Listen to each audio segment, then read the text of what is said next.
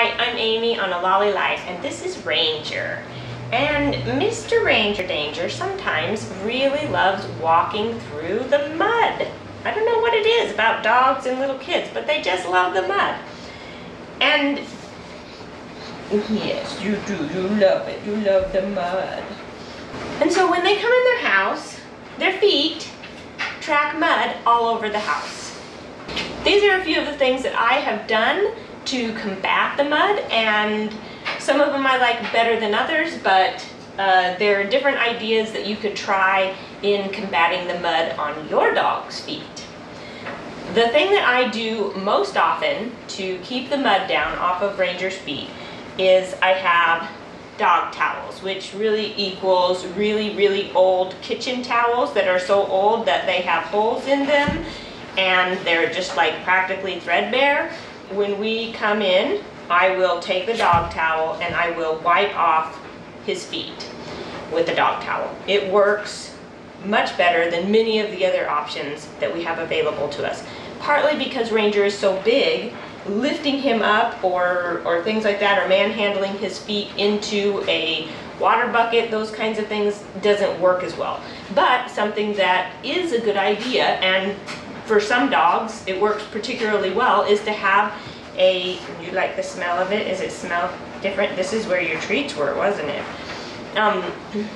Is to have a plastic tub of some kind of a plastic wash bin, and fill it up with just, you know, mostly with water, but just a tiny, like a couple of drops of dish soap.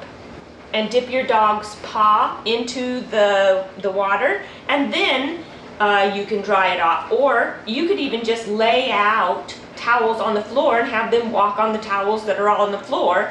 It helps clean the dirt and grime off of their feet. And this, my friends, is why I do not do the bucket method. Because that is an awful lot of work to clean up. So the truth is that if I worked with Ranger frequently and I frequently dipped his feet into the bucket of water, it would become easier and he would be more willing to let me do that without it causing quite as much of a ruckus of, you know, trying to get his feet in the water. And it wouldn't make as much mud.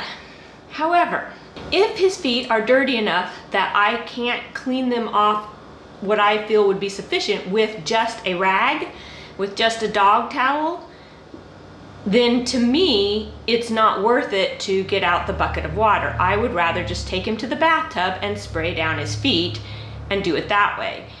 Because that is something that I have worked with him on as far as getting in the bathtub and taking a bath. That's something that I've worked with him on, and he is at least obedient and comfortable with it, even if he doesn't love it. Now, like I said, I could train him to do that. It's not worth the time and effort to me. If I'm going to train him to do something like that, I'm going to just choose one, because it's worth the time and effort for me to train him to get into the bathtub. It's not worth the time and effort to train him to do both, because they're both going to take the same amount of effort. And so I just use the dog towel. If he has muddy enough feet that I think that they need to be actually sprayed down or you know, dipped in water to clean the mud off, I take him to the bathtub. And that's what I've chosen to do. It doesn't mean it's the best option, it just means it's the best option for me. One of the other things that is particularly helpful is this rug that we're sitting on. The rug has a rubberized back. It's kind of like a bathroom mat, but it's a specialized bathroom mat. It absorbs the moisture and mud or those kinds of things that very quickly from the dog's feet. And so if you put something like this, a large mat of some kind, by the back door, and bathroom mats work fairly well, that helps keep down the dog's your dog tracking mud in it, or dirt or whatever else, grass clippings, whatever, in and out of the house. Something else that I have tried with Ranger, they have the little feet cleaning cups where you have like this little cup. The little rubberized noodles inside the cup help dislodge the mud off of their feet. And so like with a wash bin, when you were to dip their feet in, you might actually have to reach in and squash around the paw a little bit. But with the little cup, the rubberized noodles are supposed to do that. So you just kind of take it and you just kind of swish it around on their foot, and that's supposed to clean off the mud off their foot. I didn't necessarily like the cleaning cup. I think that it's very similar to the cleaning, you know, dipping their paw into the wash bin. If you did that frequently with your dog, he would become used to it and it would become a lot easier. However, when I dipped Ranger's paw into the cup, just the action of pushing Ranger's paw into the cup made the water spill out. I feel like that it was more likely to do that with the cup than it is with, like, say, a wash bin. Perhaps it's just because Ranger's paws are so large.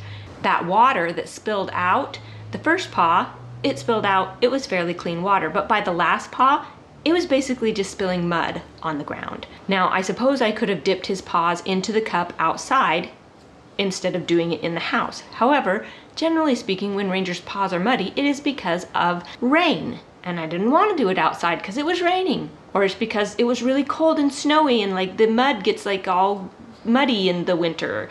And I didn't want to be outside doing it because it was cold. And so I wanted to just do it right inside the door before he got into the rest of the house. Spilling a little bit of the muddy water meant I had to clean it up. Not necessarily fun. I could see how the cup or the wash bin may be really, really great for some people. It was not something that was really great for me. And I'll see you next time on A Lolly Life.